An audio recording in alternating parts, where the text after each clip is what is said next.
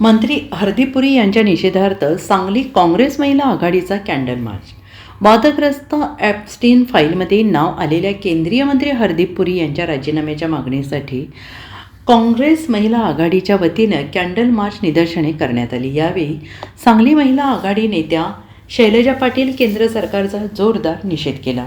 बाललैंगिक शोषण आणि इतरही वादग्रस्त नोंदी असलेल्या ॲप्स्टीन फाईलमध्ये ज्या ज्या देशातील राजकीय व्यक्तींची नावे आली त्यांनी आपल्या पदाचा राजीनामा द्यावा लागला आहे, तसंच जनतेच्या रोषाला सामोरं जावं लागलं आहे. केंद्रीय मंत्री असलेले हरदीप पुरी यांचे नाव या फाईलमध्ये आले आहे. त्यामुळे पंतप्रधान नरेंद्र मोदी यांनी हरदीप पुरी यांचा राजीनामा घ्यावा अशी मागणी शैलजा पाटील यांनी केली. यावेळी शहर जिल्हाध्यक्ष राजेश नाईक, करुणा सॅमसन, आशा पाटील, आरती गुरव, कविता बोंद्रे, अनिता माने, डॉक्टर प्रतिमा मोहिते, अजित ढोले आदी उपस्थित होते. Bureau report, SPN Marathi, Sangli.